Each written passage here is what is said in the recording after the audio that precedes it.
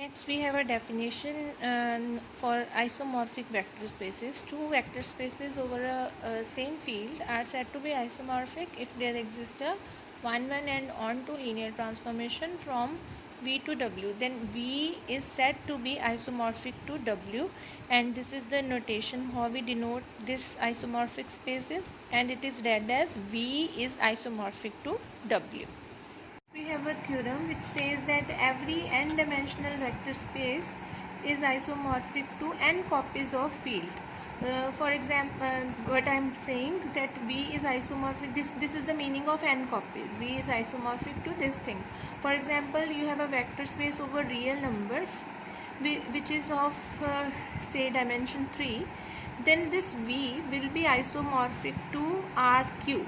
That is, it will be isomorphic to R cross R cross R. 3 copies of R. This is what I am trying to say. So in order to prove, now let us suppose dimension of vector space V is n. So if dimension is n, its bases will contain n vectors. Let us say v1, v2 up to vn. So next we will define a transformation T from vector space V to n copies of field, but we define Fn. Fn is defined as this set alpha 1, alpha 2 up to alpha n, such that these alpha i's are from field. So but we will prove that this T is actually a linear transformation. It is 1, 1 and onto. That will show you that this is isomorphic. Okay. So how we define this? We define this as it is taking V onto this element, a general element from field N. So first of all, to prove linear transformation, I will take two elements from this vector space. Let me say x and y. So since it is having this basis, so I can always write this x as linear combination of elements of basis, and similarly y as linear combination of elements of basis. So we take two general elements from the field. Then what we will prove? We will prove that T of alpha x plus beta y is actually equal to alpha tx plus beta ty. Alright. Sorry. So let me see what will be alpha x plus beta y. So this will be alpha times summation of T of ai vi I from 1 to n plus beta sorry, not alpha. Okay, I am taking alpha beta from field, not a. Alright.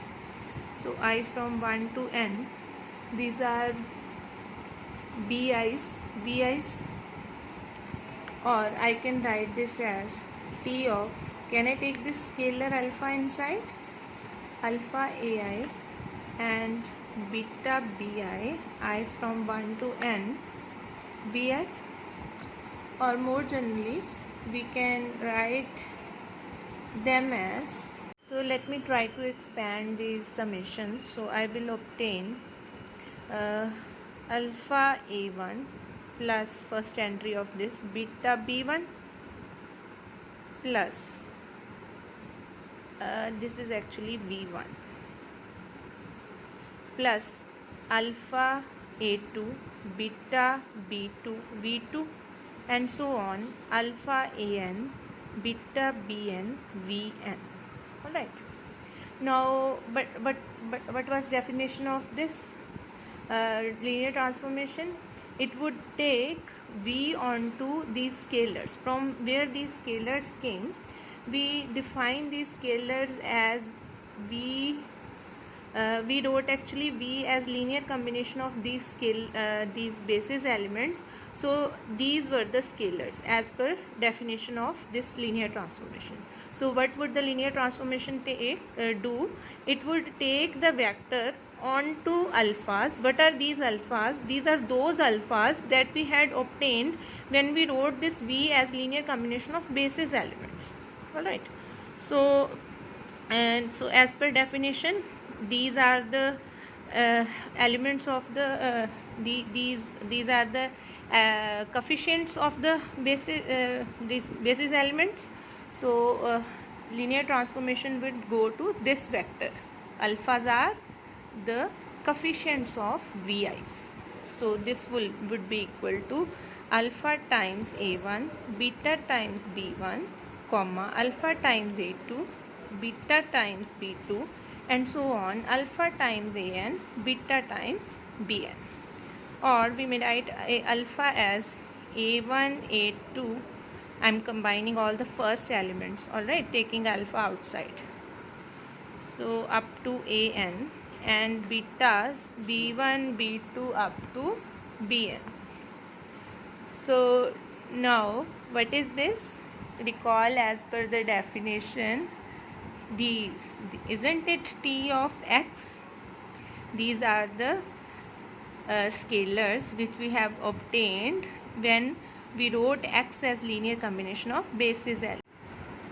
So this implies that T is linear transformation. Now we will prove that T is 1, 1. So in order to prove T as 1, 1, so this implies T is linear transformation. Now to prove that T is 1 to 1, we will take Tx is equal to Ty. What is x? We have already written it as linear combination of basis elements. So it is summation of Ai, Vi, I from 1 to n, and this is summation of Bi, Vi, I from 1 to n. So this implies, as per definition of T, it is taking two coefficients of this linear combination in basis elements. So this will go to A. So this Ai, Vi will go to A1, A2 up to An. This will go to B1, B2 up to Bn. So now compare the coefficients. So first coefficient will be first equal to first coefficient, A1 equal to B1, A2 is equal to B2, and so on. So is there any difference between these two now? All the AIs are equal to all the BIs. So that would imply x is equal to y. Hence T is 1 to 1. Now in order to prove T onto, we take a random element from Fn. Now this element is from Fn. So what about these alpha i's? These are from F. Now how we write element in linear combination of basis vectors? So we write a vector as linear combination of basis vectors where these are the fixed elements from the field. So let us take these elements as the elements which have been obtained from here this vector. Okay, so now if we apply T on both sides, then as per definition of this linear transformation, it would take us to the coefficients only. This is how we define T.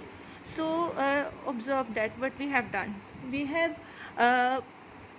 have started with the vector from Fn, and we obtained its pre-image V in the vector space. So this would prove that T is onto. Now T is linear transformation which is 1, 1 and onto. So T is an isomorphism. So which type of isomorphism? Which says that V is isomorphic to Fn.